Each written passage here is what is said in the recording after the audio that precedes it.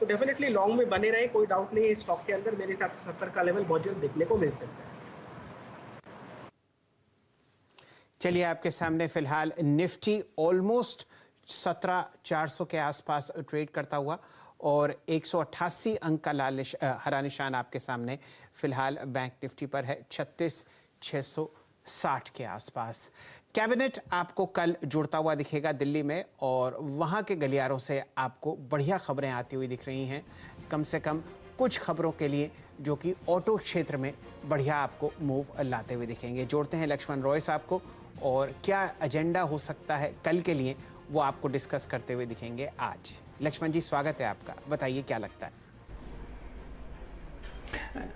देखिए, कल दरअसल 11 बजे कैबिनेट और सीसीआई की बैठक होने वाली है और इस बैठक में बहुत हद तक संभावना है कि ऑटो सेक्टर के लिए और ऑटो कंपोनेंट के लिए जो प्रोडक्शन लिंक्ड इंसेंटिव स्कीम का बहुत लंबे समय से इंतजार किया जा रहा है वो इंतजार खत्म हो और कल कैबिनेट की बैठक में इस पर चर्चा होने की संभावना है।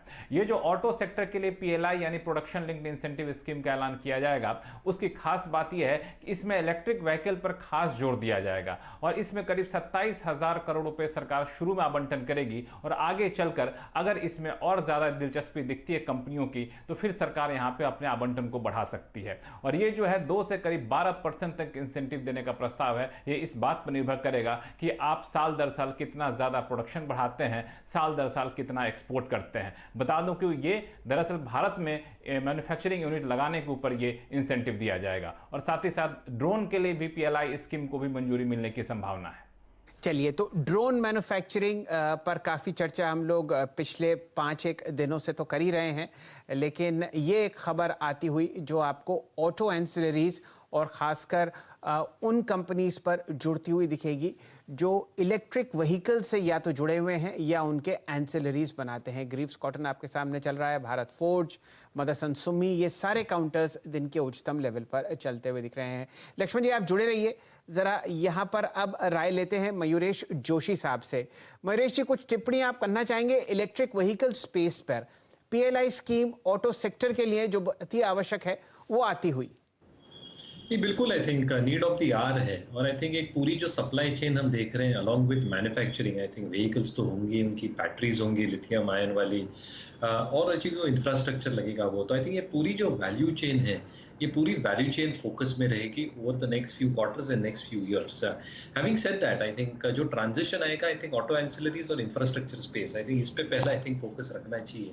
With in I think the auto ancillary pack आपने काफी नाम लिया, I think Greaves cotton etcetera, but Minda industries पे भी ध्यान रखना चाहिए। मुझे लगता है आई थिंक उसका जो 21 डीएमआई है शेल सर 711-712 के आसपास, अगर ये क्रॉस करते हैं यहाँ पे कंसोलिडेट हो रहा है बहुत अच्छे से, अगर ये क्रॉस कर लेता है ब्रेकआउट देता है यहाँ से, तो आई थिंक बहुत अच्छा मोमेंटम हो सकता है। फंडामेंटली आई थिंक जो प्रोडक्ट्स बना रहे हैं ये for the EV space itself, इनकी जो यूनिमिंडा के साथ जेवी का करार है and the expectations in terms of cash flows and ROEs with a very very superior balance sheet, बहुत कम डेट है बुक्स पे और कैश फ्लो फ्रॉम ऑपरेशंस बहुत जबरदस्त है। आई थिंक ये एक स्टॉक आप बिल्कुल जहन में रख सकते हैं।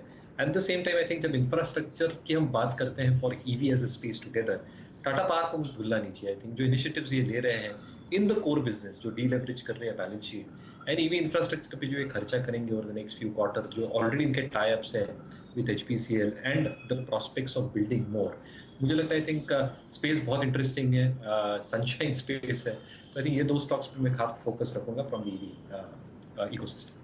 ये तो 3 काउंटर्स आपको पसंद आते हुए दिखते हैं, ग्रीव्स कॉटन, टाटा पावर और खासकर आपके सामने मिंडा इंडस्ट्रीज। चंदन माफ कीजिए, राहुल शर्मा साहब को जोड़ते हैं।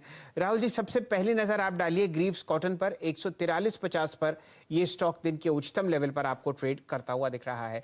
लक्ष्मण जी हमारे साथ जुड़े हुए हैं, थोड़ी देर में हम दोबारा उनसे जुड़ेंगे। 144 साहब। जी हाँ शैल जी, देखिए ये स्टॉक का चार्ट देखकर मुझे वो कहावत याद आती है कि तूफान के पहले की शांति है। स्टॉक का जो यहाँ पर सेटअप है काफ़ी कंफर्टिंग है। स्टॉक ने एक तरह से हायर लो का सेटअप जस्ट इनिशिएट किया है और 50 दिन का जो मूविंग एवरेज है बहुत ही निकट 145 पर है।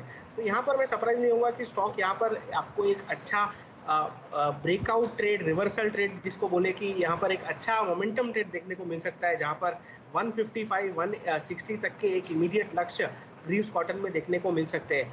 यहाँ पर लास्ट 3-4 दिन से लगातार हायर लो का सेटअप हो रहा है, ये भी काफ़ी कंफर्टिंग है। मेरे हिसाब से यहाँ पर 140 के स्टॉप लॉस से लॉन्ग पोजीशन ली जा सकती है और आई थिंक बात करते करते स्टॉक ने अपने 50 दिन के मूविंग एवरेज को भी क्रॉस कर दिया है। तो 155-160 के स्टॉप लॉस के टारगेट के लिए बाई कीजिए, 140 का स्टॉप लॉस रहेगा ग्रीव्स कॉटन में। डायरेक्टर साहब, आपके सामने एक बहुत बढ़िया स्टैक बनाएंगे, कौन कौन से स्टॉक्स जो बढ़िया मोमेंटम में आपको आते हुए दिख रहे हैं।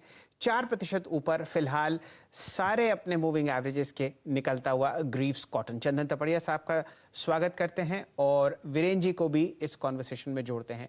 वीरेन जी, अब ग्रीव्स चलता हुआ 147.30, 40 लाख, 21 लाख, 14 लाख, यहाँ पर बढ़िया मोमेंटम में ये स्टॉक आपके सामने। जी हाँ, ग्रीव्स कॉटन शैल जी, अगर आप देखें कल के वॉल्यूम्स का टोटल वॉल्यूम्स का अगर आप देखें लगभग 140% वॉल्यूम, यानी कि अगर 10 शेयर कल ट्रेड हुए थे तो अब तक ऑलमोस्ट 140 शेयर ट्रेड यहाँ पे हो चुके हैं।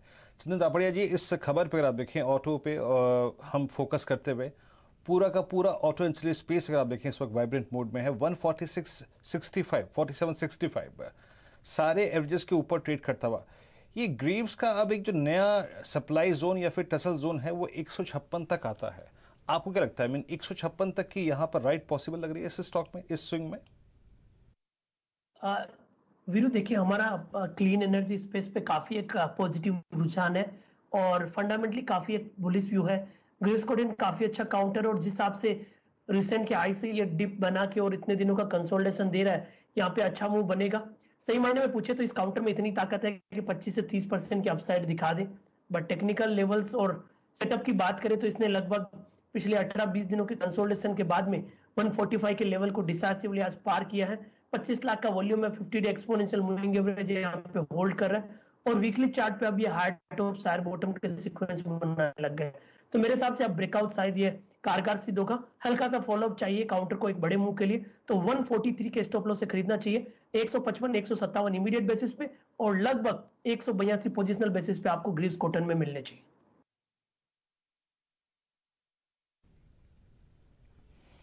जी हाँ, ग्रीव्स कॉटन आपकी स्क्रीन पर